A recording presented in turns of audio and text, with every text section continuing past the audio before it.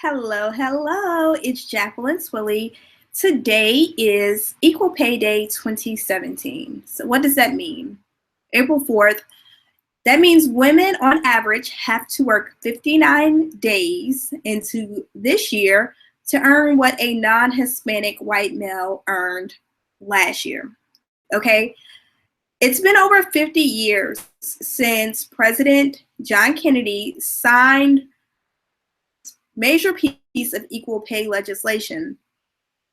So all these years later, women don't get paid the same as men. And then let's talk about they don't get paid 79 cents on a dollar, like the average for the nation, right? They get paid 63 cents on the dollar. So their equal pay day will not come for Black women like myself until 2017. When we look at what our Latino and Native American sisters earn, they will not reach their equal pay day until October and November 2017, which is absolutely ridiculous. So what I'm going to do today is walk you through 5 steps so that you don't leave any money on the table. So the gender wage gap is super complex. What we don't want to do is minimize the complexity of it all. But one thing that we do know is that a lot of women do not negotiate. So when they don't negotiate, they leave money on the table. So who am I? Why am I talking to you about this? My name is Jacqueline Swilly, and I am the founder of a company called Zero Gap. I am also the best-selling author of Navigating the Career Jungle. It's a guide for young professionals. And I am an equal pay advocate. Several years ago, I learned about the wage gap, and it, quite frankly, I didn't believe it at first. So I did research, and then I realized that indeed this is a real issue. And from that point, I was able to figure out what I wanted to do about this problem. To teach women how to negotiate.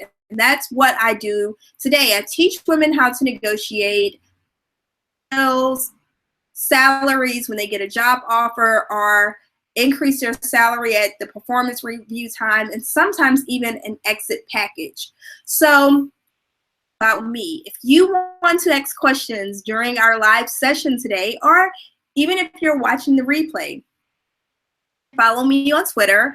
It's Jacqueline Swilly. My handle is JV Twilly, and I'll be more than happy to answer any questions for you so that you don't leave any money on the table. All right, so today, the 5 things that I want you to make sure that you get is when you negotiate, you have to, 1, prepare. Package what you're asking for. 3, practice.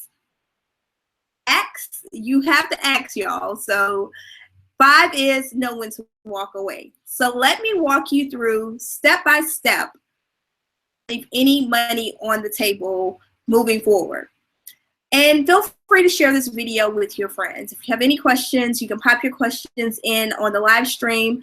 I do have my phone handy, so you can ask me questions via Twitter, and I can check those on my phone. Prepare. What do I mean by step number 1, prepare? Don't think that you can wing it. A lot of folks will say, oh, I'll pull some numbers out of my butt, or other folks will say, well, I know how much money I need to pay my bills, so that's how much money I'm going to ask for. That is not a strategy, okay? What you have to do in setting up your negotiation strategy is prepare by doing a couple of things. 1, you need to know what the market rate is. What do I mean by market rate? So your market rate is simply the amount of money that someone with your title in your city and your level of education and experience earns for the work that you do. It's really important that you pay attention to the title, the years of experience, and the education, because all of those go into the market rate. Now, where do you find this number? That you check with your professional association. There's a professional association out there for everything, okay? If you are not involved in the professional association for your industry, do a Google search and find out what that industry association is and join it. So they're going to, a lot of those professional associations, especially the larger ones, they're going to publish annual data that tells you data on how much people are getting paid. If you don't have access to that, there are a couple of websites that you can use. One that I like is payscale.com, LinkedIn Salary, and Glassdoor, just to name a few. There are tons of more websites out there. Again, Google is your friend when you're in your preparation phase of the negotiation strategy. Another thing that you want to do when you're preparing is you want to talk to people within that industry and find out what the going rates are. To be honest with you, most people aren't going to come out and say, yeah, I make $120,000 or I make $59,000. They're not going to tell you that. So how do you start that conversation? One of the things that you can say to them is, testing out the market, looking at different career opportunities. And this one position that I'm really interested in pays about $72,000 a year. Does that sound about right? And then you pause and let them answer, okay? So these are responses that people get when I tell them to ask this question. They'll either get, oh, that's a little low. You should aim a little higher, maybe like 1,000. Or people might say something like, oh, that's kind of high. Option that I hear often is, oh, you know what? That sounds just about right. So that helps you fact check those numbers that you got from the professional association website, as well as those online resources, okay?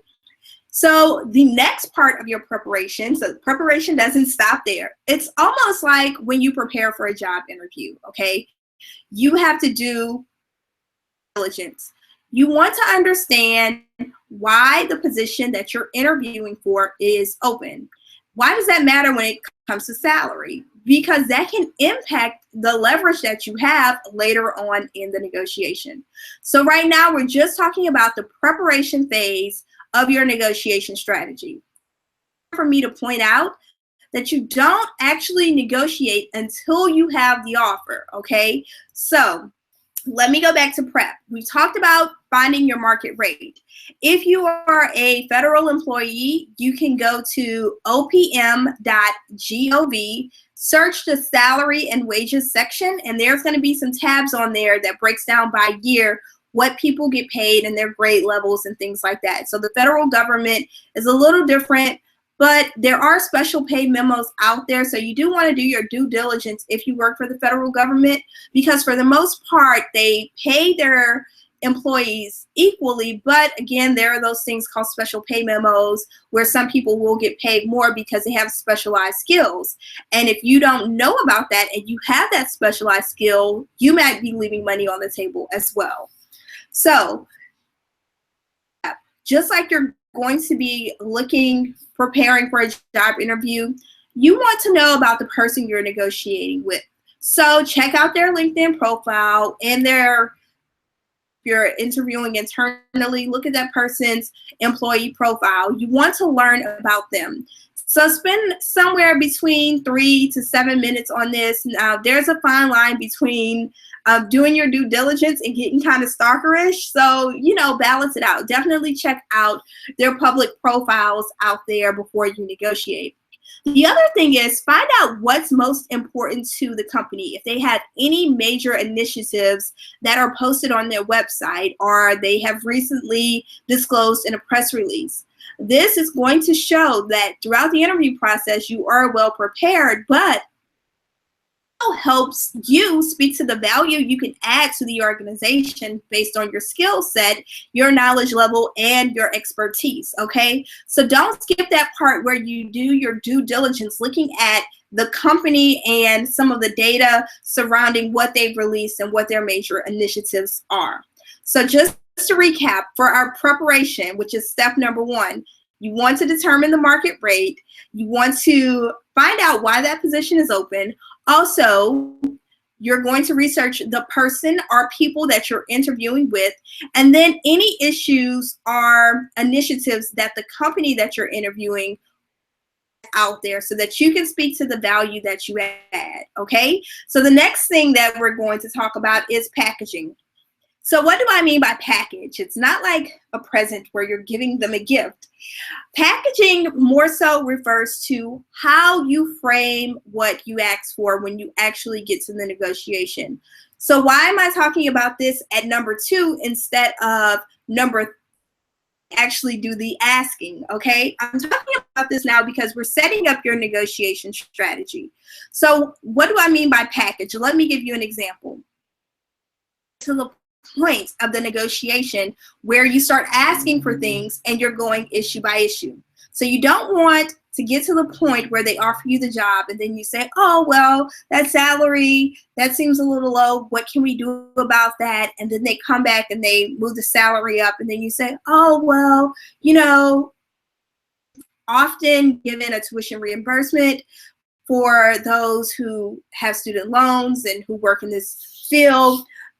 Do I qualify for that? What can we do about that? Because now they've already given you one thing and now you're asking for something else. So you're moving on to the third thing. Well, you're moving on to your second thing, but they just given you something. So in some cases, that might start putting a bad taste in people's mouth. And you don't want to do that because you're building a long-term relationship. You want to have a lasting relationship with the people you're interviewing with, whether you're in that company for 5 to 7 years or just 2 or 3 years, because it's a small industry and chances are people in the industry talk. So you just want to make sure that your professional reputation during your negotiation by not sounding too greedy or ungrateful. So instead of saying, low, can I get tuition reimbursement? You want to package everything together. So when you get an offer, you want to be prepared to ask for that you want upfront and in an umbrella format. So let me give you an example. During your preparation, you conclusion of the things that are most important to you. You already know the market rate. So during this part where you're packaging, you want to take all of those pieces of the things that you've gathered throughout your prep, you want to put those together. So if you're going to ask for a tuition reimbursement, let's say a parking spot, a salary, have all of those things gathered together up front and know how you want to say that so that when you get to the negotiation part, you're not fumbling over your words, you don't get scared and you skip something or you just flat out forget to ask for those things that are important. Also avoid by practicing and putting these things together in a package up front before you get to that negotiation phase. You're avoiding any pitfalls where you're going to have to go back and ask issue by issue. Let's hop right into the third thing, which is practice. So our first thing is prep. The second thing is package. Package all of the things that are important to you together. And then you want to practice. So I recommend for anyone, especially for those people, this is one of your first or second times negotiating. You want to create an outline of everything you're going to say. And I have sample scripts and a negotiation checklist that you can use on my website. Just go to the negotiation toolkit and you'll see all of those resources there. And that workbook is just $19.99, but it's really good for you to start going through and preparing for your negotiation strategy, especially if you haven't done this before. So during this practice portion, you're going to write out what you want to say. You also want to anticipate what the other person is going to be important to them. Because oftentimes when we get into the groove of preparing for something, especially a negotiation, one of the common mistakes that I see is people only think about the negotiation from their point of view. And instead of putting themselves in the other person's shoes, when they actually get into the negotiation, they're caught off guard and they don't know how to handle certain things. So don't be that person. You want to set yourself up for success. So write out what you're going to say, to anticipate what the other person is going to say, and then you want to write out your response to that person. And this seems like a lot of work, and it is. Flat out, it is. Now, if this is going to get you an extra $5,000, $10,000 a year, it's well worth all of the work that you're putting into it. Heck, if it only gets you $1,000 more a year, it's worth the 1 to 3 hours that you're going to spend preparing so that you do not leave any money on the table. Okay, so outline what you want to say. You anticipate what they're going to say and your responses to that. The other thing that you want to do is you want to write in different strategies that you can use to get back on track. What do I mean by that? Sometimes conversations naturally drift, okay? So they're going to go to this side and they're going to go to that side, and people are going to say different things, and conversation that starts off about pay is going to end up about somebody's brother in Ohio who does some type of work. We've all been there where you sit back and you're like, how did this conversation get to that point? So if your conversations get off track, have a strategy so that you can come back to what you need to do, okay? So that's part of your prep this session. The next part of the practice is you need to hear how you sound saying these things aloud. You need to hear how you sound saying these things aloud, because when you write it out or type out your strategy, it might sound great. But when you hear it come out of your mouth and you see how your body language is, maybe when you say $80,000, your body language tenses up, or your voice goes really high or super soft, or you talk really, really fast. You know, different people have different responses when they're nervous. So part of the practice is getting comfortable not only with what you're going to say, how you're going to say, but also confidence to say it boldly. Because ladies, let me tell you, a lot of times one of the mistakes that we make is we leave money on the table because we get nervous in that moment. So, or you do ask and you're not confidently asking, and people can tell whether it's over the phone or in person. They can read your body language, they can hear your tone of voice, and so they'll know that you're not confident, and whatever request that you make is going to be dismissed because they know that you don't truly believe that you are worth it or you are okay. So make sure you practice aloud. One of my favorite things to do is pull out your cell phone and go in your bathroom, set your phone on record, and record yourself speaking into the mirror. Once you're done, you want to practice saying everything on your negotiation strategy. So everything you've written out, practice saying that aloud. You then, once you're done, back and watch it. And this can be so nerve-wracking. Let me tell you, it's even nerve-wracking for me. But you want to listen to yourself and look at your body language, because there may be a couple of things that you can tweak, okay? So if you notice that your voice is going really, really high, or you're talking really, really fast, or your tone drops to where it's like a bare whisper, or your body language is doing all of this stuff, you can make those adjustments. So during this phase, after you listen to yourself, I recommend that you watch the TED Talk by Amy Cuddy. Phenomenal. She does a lot of work about behavior and power posing. Her last name is Cuddy. Talk after you listen to yourself, because that's going to give you some cues on how to adjust your body language to be more confident and to own the power that you have in that negotiation. Okay? So let's recap really quickly. Once you get into the negotiation, well, before you get into it, you want to set up your strategy. So the first thing you're going to do is you're going to prepare. You're going to find out the market rate, learn about the person that you're negotiating with or the team of people that you will be interviewing with. You also want to issues and initiatives are important to the company. And then you want to package. Take all of those things that are most important to you and put them in the list, okay? So that when you get ready to write your script for what you're going to say, everything is packaged in so that you're not negotiating issue by issue. Then you practice. You practice saying everything aloud, record yourself, watch it back, and then you're going to watch the Amy Cuddy TED Talk, okay? And now we get to the part where so when the timing is right, whether you're receiving a job offer or you're going in for your performance review or you're negotiating a business deal, when the time is right, you go in and you ask. Now, during the ask part, there are a couple of things that I want you to be aware of. You should establish rapport. Rapport is just that small talk. Hey, how you doing today? The weather is beautiful outside, or oh my goodness, it's so much pollen outside, or it's been raining. You know, establish some small talk. If you are negotiating and you're sitting in someone's office and you notice that they're a baseball fan and you are genuinely a baseball fan, strike a conversation about that.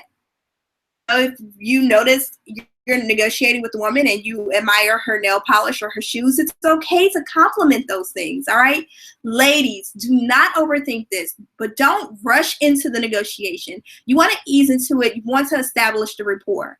Even if you're over the phone and you can't see what's in that person's office, you can still do the small talk of asking, how's your day going, and things like that. Okay, so once you establish the rapport, that I want you to keep in mind. You have practice your script, so you don't want to sound like a robot. So make sure you're relaxed and you're very conversational and that you have a cup of water nearby. This is like a personal tip that I use because sometimes when I'm negotiating, my voice gets dry. So have a cup of water nearby, not a bottle, because you don't want that plastic making noise when you drink out of it or anything like that. And you don't want to unscrew the top and that's making all kind of noise. So just have a cup nearby, something like this. And that's what I typically use to make sure that my throat doesn't get dry because, as I mentioned, your tone of voice confidence. So you don't want your confidence to be misconstrued by dry throat or anything. So establish the rapport, have some water nearby, and then engage in the conversation. Negotiations are just a conversation. It is not a battle. So don't think that you're going to go in here and duke it out, okay? Once you say what you have to say and you hear what that person says, I want you to engage in active listening. So what's active listening? Active listening is not overthinking, trying to anticipate what you're going to say before you fully hear what this person says. Let me give you an example of how active listening out the window, when you don't have it, it can make things go crazy. There's a TV show that I like, and the mom on the TV show, and she wants her teenage daughter to talk to her, and the teenage daughter is not having it, you know, like many teenage daughters. So what does she do? One day she comes home, she wants to talk to her mom. And her mom is like, yes, my daughter wants to talk to me. This is our moment. We're going to bond. It's going to be so awesome. And then, just like that, this bonding moment where it could have really, you know, deepened their relationship went out the window. The mother is having all of these thoughts in her head. And then the daughter says, so mom, what should I do? And the mom's like, yeah, do that, because she hadn't heard a word of what her daughter had said. Pardon me. What happened is the mom was so in her own head, she wasn't listening to her daughter, she missed that moment. You don't want to do the same thing. You don't want to get in your own head so much so that when it's time for you to respond to something that the person you're negotiating with says, you just blurt out something and it doesn't make any sense. They may have just given you what you wanted, but because you weren't paying attention, you were overthinking, you weren't practicing active listening, you may have missed that. So during that ask, you want to make sure that that's clear. Really practicing that active listening, and that's something you can start doing today. In everyday conversations that you have, practice active listening, building that muscle so that when you do get to the negotiation, you already have that skill developed. All right? So the last thing we're going to talk about today is deciding when to walk away. Back in that phase where I said you want to do your prep and you want to know what's most important to you and why or why not, or why you should take this deal and what makes you the best person for it, you also want to establish a few things that will help you determine your walkaway point. In technical negotiation language, this is called the BATNA. It's called the best alternative to the negotiated agreement. So pretty much know when to walk away, all right? So if you're getting a salary that's below what you want and the potential for you to develop and grow in that company is small. And also, you're going to have to commute an hour and a half each way. If those are all deal breakers for you, then it's time to walk away. But you need to know that up front so that you can, after you negotiate, after you ask, you can determine if you're going to accept the deal or not. Okay, so there might be a couple of other factors that are important to you. Make sure you jot those down. When you get the offer, exactly what you want. Don't accept right away. Give yourself some time for a minute, okay? You want to talk it over with a trusted advisor, a mentor, someone who can give you some guidance and say, that's a good deal, or maybe you should ask for this, all right? So don't blindly accept it, even if it is what you want, because what you don't want to do is come back kicking yourself in the butt saying, oh, I should have asked for this or that. So that's why that preparation phase is so important. So we're right at our 30-minute mark. I just wanted to give you a few tips to help you negotiate so that you do not leave any money on the table. My name is Jacqueline Twilley. You can find me at jacquelineswilley.com. On my website, you can find my negotiation toolkit workbook. The toolkit and the workbook there for negotiations. It will help you lay out your strategy. I also have sample scripts in there so that it helps you anticipate what you might encounter in a negotiation and how you're going to navigate those tricky conversations. Also, if you have any questions, you can hit me up on Twitter. And it's been a pleasure to talk with you today. I hope that it goes away sooner than later. Right now, I saw a stat today that said it's going to be somewhere around 100 years for all women to reach pay parity, and I think that's just ridiculous. But the one thing that we can do today is our careers and take ownership of our money. So know your value and negotiate what you're worth, and believe that you are worth it. You have something to offer. Talk to you later.